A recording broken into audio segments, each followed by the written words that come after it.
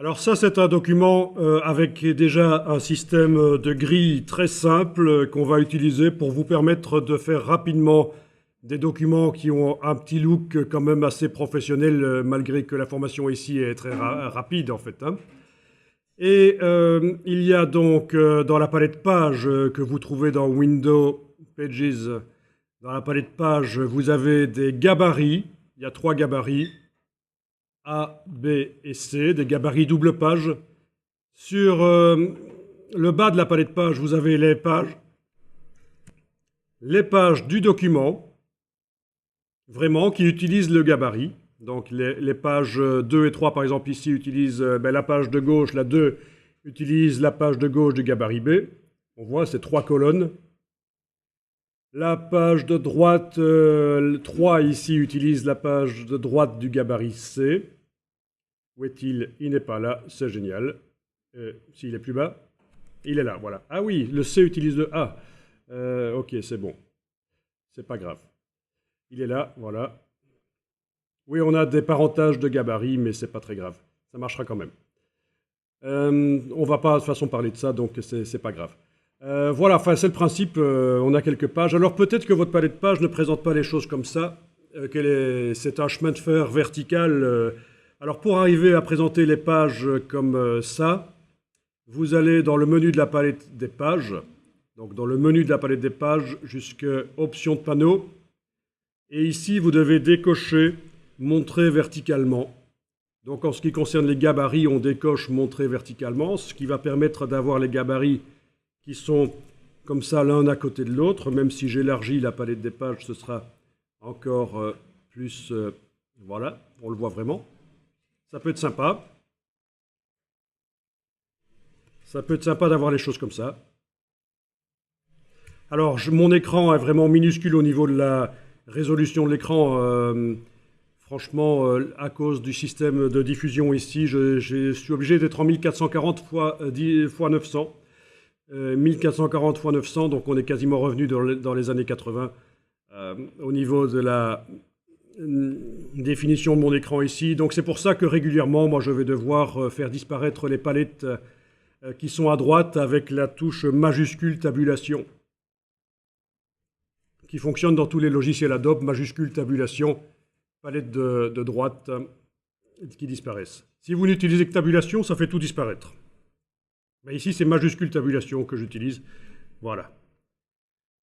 Ok, donc vous avez réussi peut-être à mettre vos gabarits horizontalement en allant dans le menu de la palette page Options de panneau et en décochant Montrer verticalement. Maintenant, pour ce qui est des pages, c'est simple, c'est toujours dans le même menu. Il faut aller jusque View Pages, montrer les pages horizontalement. Et vous aurez vos pages horizontalement. Bien sûr, si vous gardez votre palette de pages très étroite comme ça, vous ne verrez pas la différence. Il faut qu'elle soit large pour arriver à voir la différence. Ah oui, en ce qui concerne les tailles de vignettes, dans le panneau des options, là, dans le menu de la palette page, options de panneau, j'ai demandé des pages extra larges. Oui, je vais peut-être réduire un peu, parce qu'extra large pour mon écran, c'est un peu beaucoup. Peut-être je vais passer en large. Ça dépend vraiment de l'écran qu'on a. Vous pouvez rester en extra large, il n'y a pas de problème. Voire même sur les écrans en très haute définition, en jumbo, ça reste encore des vignettes assez petites. Alors voilà, le principe c'est que toutes ces pages contiennent des rectangles que nous allons en supprimer certains. Ceux qui restent, on va les agrandir. Et en fait, on va composer vraiment des pages genre magazine, avec des blocs texte, des blocs images. Et le principe, c'est que donc, plutôt que d'amener des blocs images et des blocs texte un peu n'importe comment sur les pages, on va démarrer de cette structure, parce que c'est vraiment ça le secret pour faire une publication qui a de la gueule, c'est qu'il faut qu'on sente que toutes les pages ont quelque chose de commun, elles viennent d'une structure commune, et en même temps, il faut que d'une page à l'autre, les choses changent. C'est pas toujours les mêmes blocs images au même endroit, les mêmes blocs texte au même endroit. Donc l'astuce, c'est donc de faire une espèce de grille modulaire, bien que ce soit très simple ici, parce que c'est un cours assez rapide. On ne part pas dans les explications sur les grilles modulaires pour les professionnels de la mise en page. Mais voilà, on va tenter de faire ça. Alors, vous allez double-cliquer sur la page 2 dans la palette page. Donc, ça doit normalement bien vous indiquer que vous êtes en train de visualiser la page 2 là en bas à gauche. Vous avez double-cliqué sur la page 2. C'est important de ne pas travailler dans le gabarit parce que sinon ça demande un peu de chipotage. Si jamais on commence à faire la mise en page par erreur dans le gabarit, ça demande un peu de chipotage pour rattraper le coup. Ce sont des choses habituelles, ça m'est encore arrivé récemment. Il suffit d'être un peu distrait à un certain moment et puis voilà, on fait la mise en page dans le gabarit au lieu de la faire sur les pages du document. Donc les gabarits, ce sont vraiment des modèles de pages qui vont nous aider. Alors, je vais régulièrement enregistrer le document, donc je fais File, Save As, donc enregistrer sous. Et le document, je vais l'enregistrer régulièrement sous un nom différent. Parce que ça va me permettre, si je fais des erreurs, de récupérer la version d'avant. Et puis aussi, un document InDesign, c'est une structure XML complexe, et si vous enregistrez toujours sous le même nom, et que vous travaillez pendant plusieurs jours de suite sur un document enregistré sous le même nom, ça ne régénère pas le XML, ça ne fait qu'ajouter des informations au XML existant. Le XML, c'est une structure donc assez connue, c'est un langage pour organiser les choses assez connu. Vous avez le même problème dans Illustrator aussi. À force d'enregistrer un document sous le même nom, il devient corrompu, illisible. Et donc, vous avez deux choix, recommencer tout ou appeler une marque spécialisée pour récupérer des documents InDesign. Ça coûte plusieurs centaines d'euros pour qu'ils vous rendent le document à nouveau ouvrable. Donc voilà, raison pour laquelle j'enregistre le document régulièrement sous un nom différent. Je vais le faire souvent ici parce que pendant le cours ici, ce qui est intéressant, c'est qu'on va garder aussi la progression dans la création du document et pour vous, c'est bien. Remarquez que je ne fais pas un assemblage, je ne fais pas un export par file, package, fichier, assemblage. L'assemblage, c'est ce qui a produit le dossier que vous avez téléchargé et que je vous ai mis sur un serveur pour le télécharger. Un assemblage, c'est intéressant quand on veut transférer un document vers un autre InDesign sur un autre ordinateur, parce qu'on est certain que ça va tout réunir en un seul morceau. Et donc ici, pendant la création du document, je ne vais pas à chaque fois faire un package. J'enregistre le document là. Et alors je peux l'enregistrer dans le document, dans le dossier package, c'est pas un problème. À côté des images qu'on va utiliser, c'est pas plus mal. Donc à un certain moment, avec le dernier document d'aujourd'hui, je ferai un package à côté de celui-là. Alors voilà, dans le dossier, vous avez des images qui sont là. Ce sont des images RVB. Bon, ce n'est pas du tout un problème qu'elles soient RVB, même si le document final qu'on fait est destiné à l'impression. Ce n'est pas du tout un problème que les images soient RVB. Pourquoi? Ça fait quand même une quinzaine d'années que Adobe préconise d'utiliser des images RVB. Parce que les documents, bon, ça a plein d'intérêts. Même si on reste uniquement dans le monde de l'impression, utiliser des images RVB a de l'intérêt. Si vous devez sortir votre document sur plusieurs types de papiers différents, il faut des quantités d'encre différentes. Alors comment vous faites si vous travaillez avec des images CMJN? Une image CMJN, c'est une image qui est préparée pour un certain type d'impression sur un certain type de papier. Un type de papier. Mais si vous imprimez le document sur plusieurs types de papier, il faut arriver à générer plusieurs PDF CMJN qui vont être adaptés chacun à un type de papier.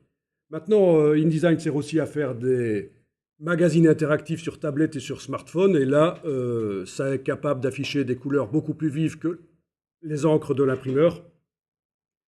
Il existe aussi des techniques d'impression meilleures que les encres de l'imprimeur, comme les impressions jet d'encre, pour des affiches par exemple. Et donc voilà, plein d'intérêt à travailler avec des images RVB. Même si quelqu'un qui n'a pas mis à jour ses connaissances et qui est toujours dans les années 90 où il n'y avait pas encore de tablette, va vous dire que c'est une hérésie d'utiliser des images RVB dans InDesign. Mais en fait, c'est tout l'inverse. Et donc, ne vous inquiétez pas, ce sont des images RVB, ce sont des images que j'ai été chercher sur le web qui sont du domaine public, donc on a le droit de les utiliser. Il y a sur le web des images qu'on a le droit d'utiliser, les images du domaine public. Donc, ce sont des images qu'on va mettre dans le document, mais évidemment, on ne va pas les mettre dans les blocs minuscules comme ça. On va un peu arranger les choses. Donc, ce qu'on va faire ici, voyons un peu sur la page 2, on est en train de travailler sur la page 2, quand on essaye de cliquer, ça marche super, c'est déjà déverrouillé. Donc, les blocs qui sont sur la page 2, là, sont déjà déverrouillés par rapport au gabarit. On verra comment on fait, pour ceux qui ne savent pas, on verra comment on fait pour ajouter une page qui vient d'un gabarit et déverrouiller les blocs d'un coup. Donc, voilà ce que je vais faire ici. Je vais supprimer certains blocs comme ceci et celui-là, je vais l'agrandir. Par exemple, ça va être un bloc qui va contenir une image. Même chose ici, je vais supprimer des blocs. Donc, je clique sur eux et touche suppression, bien sûr, et puis j'agrandis. Voilà, j'ai déjà deux zones pour les images. Le reste, ce sera peut-être pour du texte ou des images, je vais voir. En tout cas, c'est une manière de fonctionner qui peut être intéressante quand on débute, de démarrer comme ça d'une grille et de décider ce qu'on fait. Alors, on va tenter de déplacer les images vers les blocs directement. Donc, il faut que, par exemple, le document InDesign, vous le mettez sur la moitié de l'écran, comme ça, vous le redimensionnez. Vous zoomez. Barre d'espacement, bien sûr. Enfin, c'est comme dans Photoshop et Illustrator. Le zoom, la barre d'espacement pour la main. Et sur l'autre moitié de mon écran, ici, qui est déjà minuscule, mais enfin, voilà, j'ai mon dossier avec les images. Essayez de faire ça, du glisser-déposer d'images du gestionnaire de fichiers vers InDesign. Voilà, on voit que ça fonctionne. Bon, bien sûr, l'image n'est pas vue en entier, c'est juste une petite partie de l'image, mais c'est pas grave, on va en parler, ça. Testez déjà ça pour voir si ça fonctionne.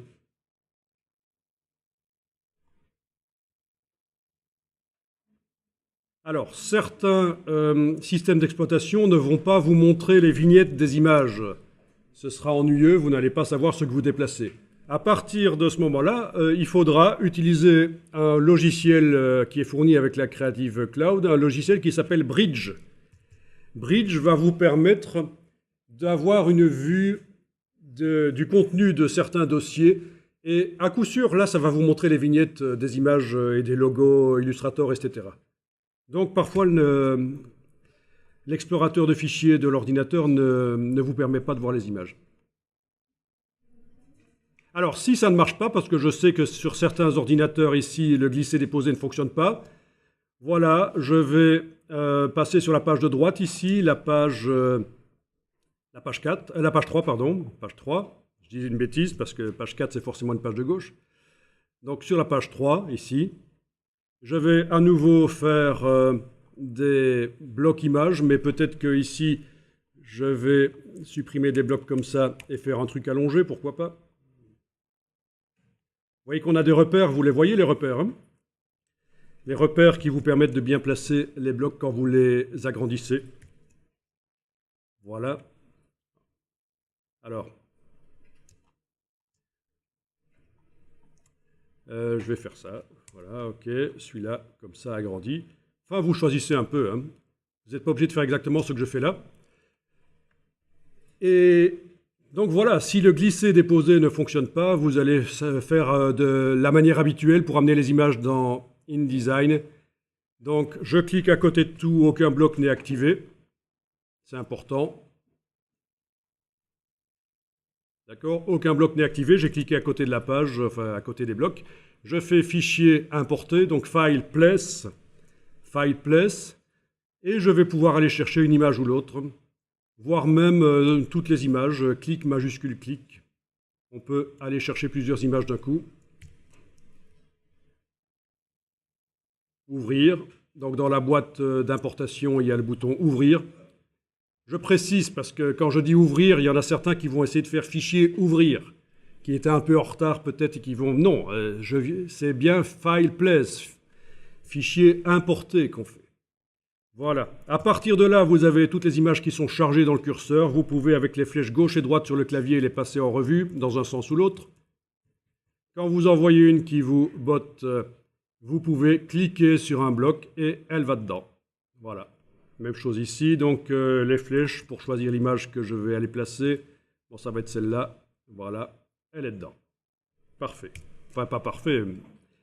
J'ai fait exprès de faire une erreur là. C'est-à-dire que j'ai mis une image avec un crocodile fort horizontal allongé, je l'ai mise dans un bloc plutôt vertical. Donc ça va être foireux, mais on va s'en sortir malgré tout, vous allez voir.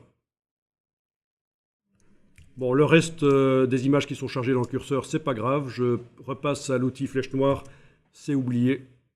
Elles sont plus là. Ok, voilà. On va maintenant demander que les images remplissent les blocs le plus grand possible en montrant le plus l'image quand même, parce que là je ne vois qu'une partie de l'image. Donc voilà ce que vous allez pouvoir faire. Vous allez pouvoir cliquer sur un des blocs en fait avec la flèche noire pour sélectionner le bloc. Ne cliquez pas sur le réticule central, ne double-cliquez pas sur l'image, parce que qu'est-ce qui se passe si on double-clique sur l'image? Ben, vous pouvez tester si vous voulez.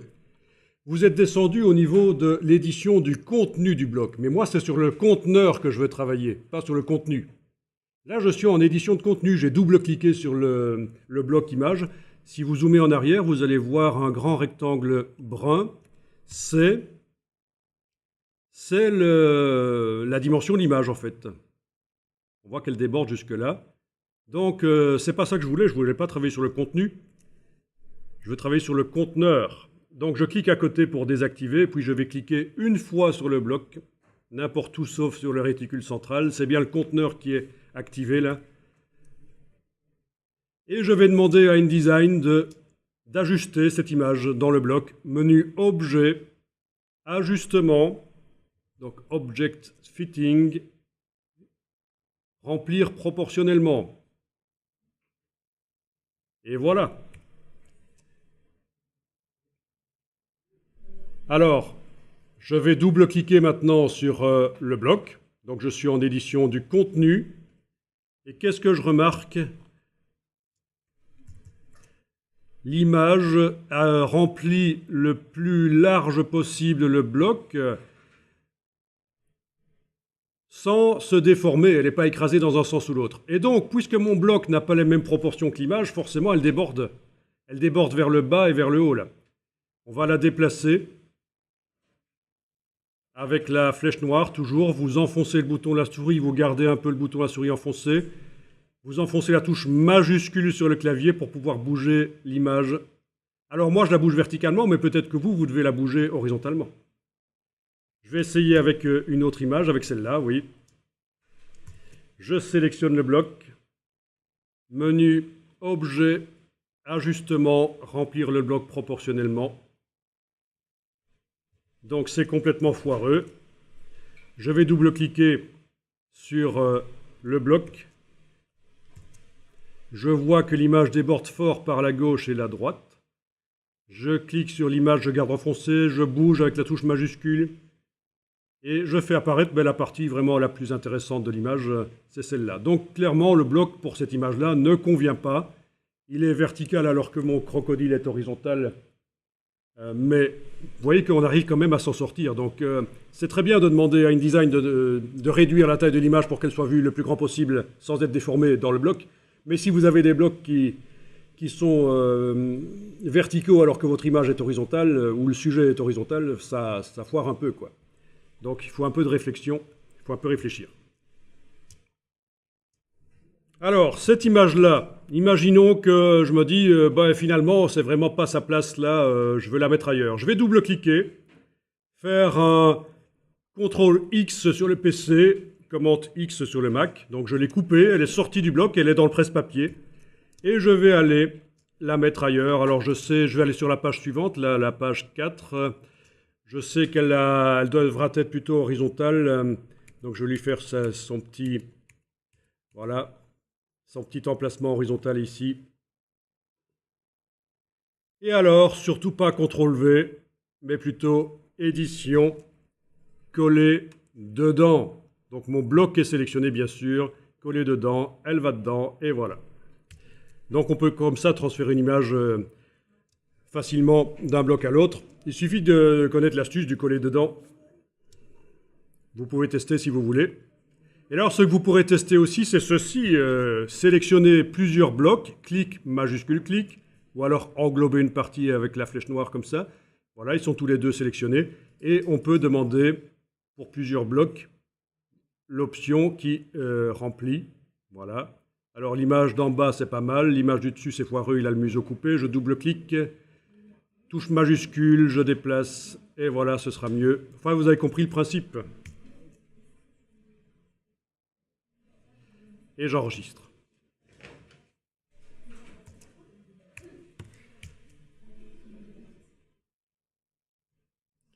Alors c'est bien sympa de mettre des images dans des blocs comme ça, mais chaque fois devoir demander que ça redimensionne, c'est un peu foireux. Donc ce qu'on va faire, c'est que dans les gabarits, on va aller faire en sorte que les blocs, même vides, soient préparés pour dès qu'ils reçoivent une image, ils la redimensionnent. Alors on y va, on va double-cliquer sur le gabarit A. Non, le A n'est pas intéressant. Le B, voilà. On double-clique sur le gabarit B.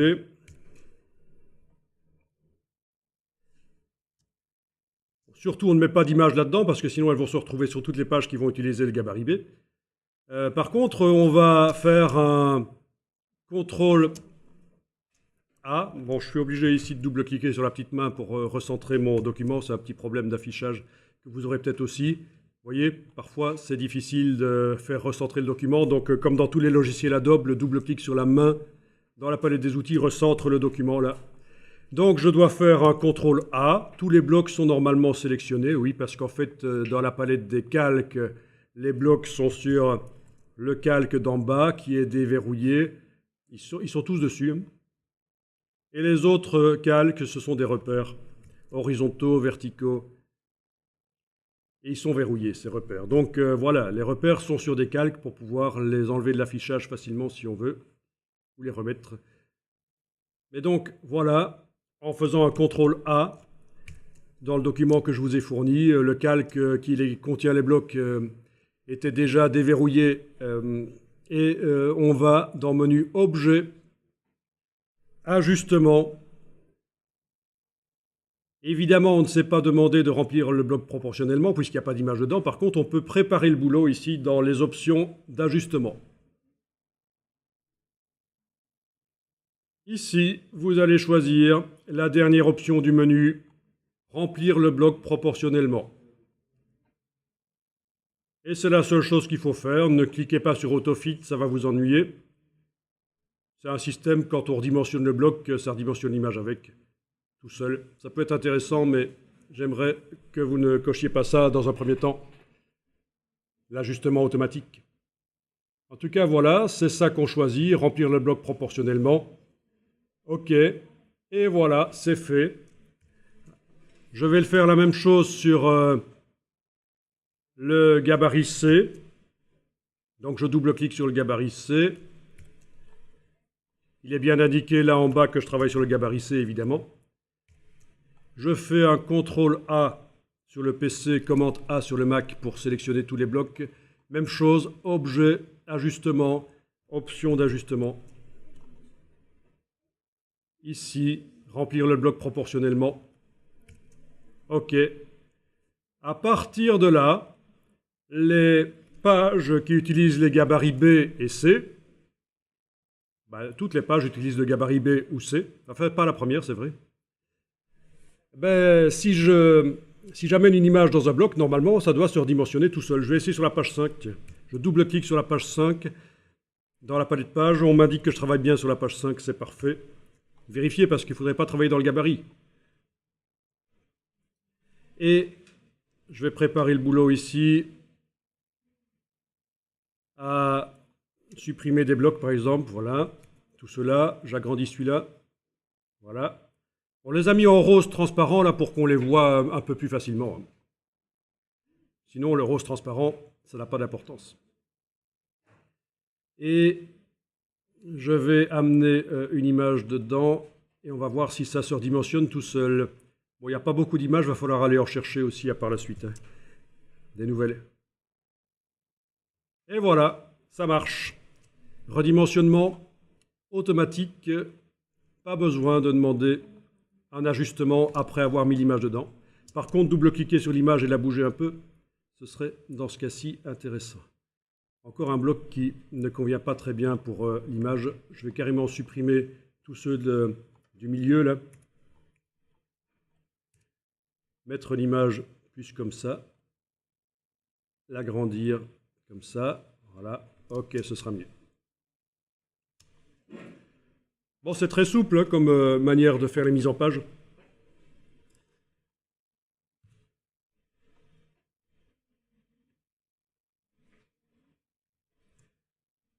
Pour voir la mise en page sans les repères, oui, j'aurais pu enlever les yeux en face des repères, mais si je passe en affichage Preview, touche W si vous voulez, ou alors dans le bas de la palette des outils qui est affiché en 2 colonnes, vous avez le Preview. Voilà. Quand on mettra du texte, et puis le fond rose va disparaître, bien sûr, on le fera disparaître.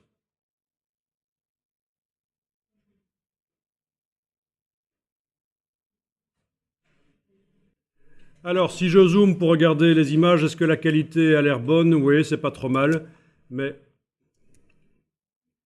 il est possible que ce soit aussi la version basse définition qu'on soit en train de voir. Donc, on va vérifier si vous voyez les images en haute définition ou en basse définition dans InDesign actuellement.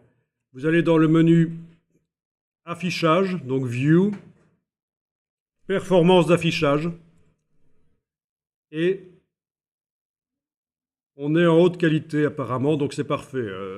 Alors, une erreur habituelle du débutant en InDesign, c'est de penser que les images ne sont pas en bonne qualité dans InDesign, parce que InDesign est en affichage standard, et ça montre les images pixelisées. C'est un système dans InDesign pour pouvoir faire des mises en page avec beaucoup d'images haute définition sur un ordinateur qui n'est pas nécessairement très puissant. Donc InDesign, il est possible qu'il vous montre les images pixelisées qui ne ressemblent pas vraiment à ce qu'elles sont dans Photoshop, quand on les ouvre dans Photoshop. Ça vient de là. Menu affichage, performance d'affichage. Si vous le voulez en haute qualité, il faut passer là. Bon, ça suppose que si vous mettez beaucoup d'images dans vos documents InDesign, vous travaillez sur un ordinateur qui est quand même puissant, hein, pas un mulet. Parce que ça va demander de la ressource. Alors, dans certains cas, même en demandant un affichage haute qualité, les images apparaissent pixelisées. C'est une question de réglage des images, leur résolution en fait. Donc, ça peut arriver que les images dans InDesign aient quand même l'air pixelisées, même si dans Photoshop, elles ne le sont pas. Mais c'est plutôt rare. La plupart du temps, vous allez quand même les voir avec une bonne qualité. Quand vous demandez affichage haute qualité.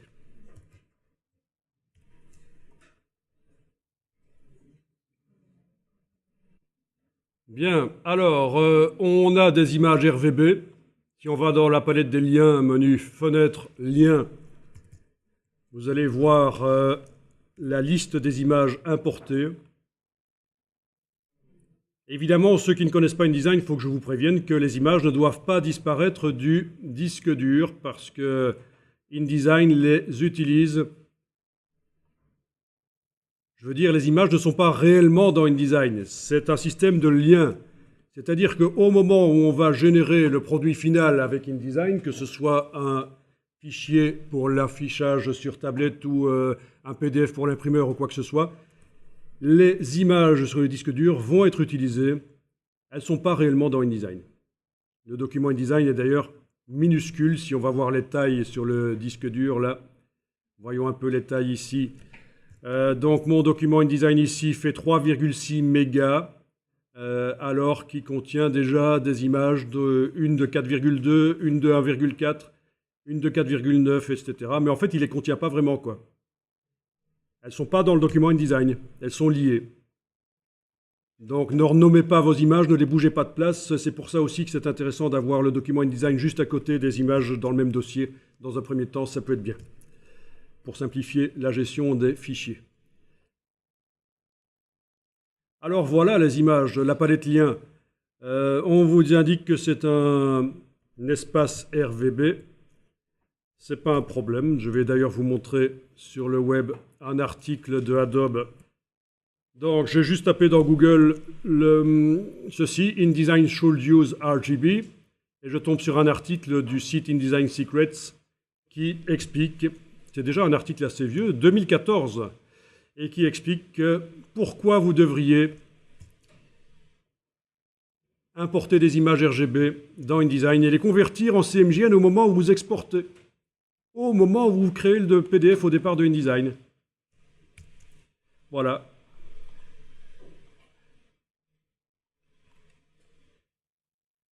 Bien. Alors, donc déjà ça démontre quelque chose que vous croyez peut-être que, en arrivant ici, vous avez peut-être cru que oui, si c'est un document pour l'impression, ça doit forcément être du CMJN. Ce n'est pas le cas. Autre chose qu'on me dit régulièrement, oui, les images qu'on importe pour l'impression dans un document, elles doivent être en 300 dpi, 300 pixels par pouce, la résolution 300 pixels par pouce. C'est faux. La résolution de l'image qu'on importe n'a aucune importance. Ce qui compte, c'est la densité des pixels qui est là, une fois qu'on l'a redimensionnée dans InDesign. Et c'est ce que vous avez ici. Je vais aller chercher les petites images là, voilà. Celle-là, par exemple, que je sélectionne, hein, ce charmant locataire. Vous avez ici la résolution telle qu'elle apparaît dans Photoshop. La densité des pixels, 72 pixels par pouce. Mais voilà, quelqu'un qui voit cette image-là, qui ne connaît pas grand-chose à InDesign et à Photoshop, il ouvre ça dans Photoshop, il dit « Ah, c'est une image 72 pixels par pouce. Je ne peux donc pas l'utiliser pour imprimer. » Absolument pas. Vous pouvez l'utiliser pour imprimer, parce qu'elle a été redimensionnée, c'est indiqué là aussi quelque part, voilà, à 15,2% dans mon cas. Elle a été redimensionnée, les pixels se tassent les uns sur les autres, et la résolution qu'elle a dans le document InDesign, c'est 472 pixels par pouce. On est donc largement au-delà des 300. Au moment de l'exportation du document, ce sera ramené à la résolution nécessaire pour le périphérique de sortie, que ce soit une tablette ou un imprimé chez l'imprimeur. Celle-là, elle est à 72 au départ, elle devient à 978 en sortie. Donc, ça veut dire que je pourrais même les mettre beaucoup plus grandes. D'ailleurs, elle est plus grande sur la page suivante, celle-là. Vous comprenez ? Donc, quand on vous dit que vos images pour l'impression, vous devez les préparer dans Photoshop à 300 pixels par pouce, c'est de la foutaise. Ça date des années 90 où les logiciels autres que Photoshop ne savaient pas bien redimensionner les images, modifier le nombre de pixels des images. C'était un peu pourri comme résultat. Donc, il fallait faire le travail dans Photoshop, mais pas ici. Vous pourriez avoir des images à 36 pixels par pouce, 18 pixels par pouce, 600 pixels par pouce. Quand vous les ouvrez dans Photoshop et que vous regardez dans le menu Image, taille de l'image, ça n'a pas d'importance. Tiens, en voilà une qui était à 300. Celle-là. Et après redimensionnement dans le bloc, elle est arrivée à 580. Donc, voilà. Ah bah, testez ça. Ceux qui ne connaissent pas vont être intéressés par ça. Vous allez pouvoir redimensionner l'image dans son bloc. Vous double-cliquez sur le bloc avec la flèche noire. Les poignées de l'image apparaissent en brun, là. Il ne faut pas hésiter à zoomer en arrière. Et avec la flèche noire, ça devrait marcher. Vous enfoncez les touches Alt et majuscule et vous redimensionnez. Vous voyez, Alt et majuscule, ça redimensionne par le centre. On redimensionne l'image dans son bloc. Voilà, je vais la bouger maintenant. Donc j'enfonce plus aucune touche et je la bouge. Tiens, je voudrais l'œil de cette bestiole, elle est tellement sexy. Cette fille a du mordant, j'en suis sûr. Ok. Bien. Effrayant, hein?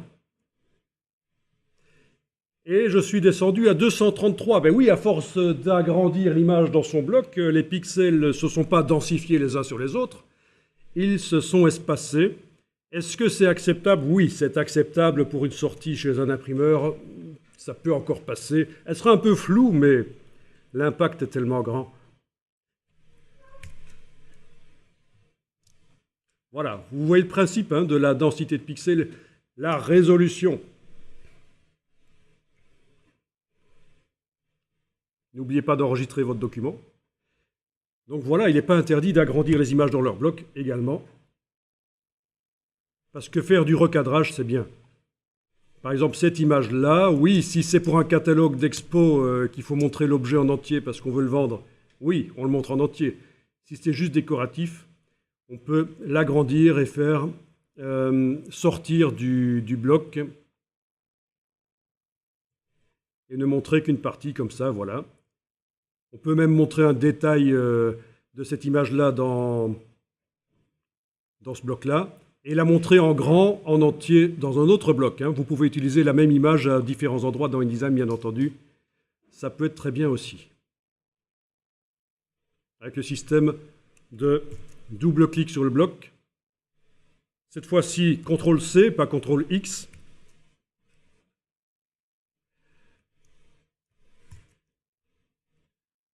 Allez supprimer des blocs là, agrandir ceci éventuellement. Je vais faire comme ça, voilà. Comme ça. Donc j'ai fait un CTRL-C sur le PC, Commande-C sur le Mac. Hein. Je fais maintenant édition, coller dedans. Voilà. Objet, ajustement, remplir le bloc proportionnellement. Voilà, il n'est même pas vu en entier. J'ai foiré mon coup, je vais supprimer cela. Agrandir le bloc par là. Voilà. Le mettre sur une autre page, ce serait mieux. Parce que sur la même page, c'est pas si génial que ça. Il faut le mettre sur une autre page. Enfin, vous voyez, la mise en page, c'est pas vraiment sorcier.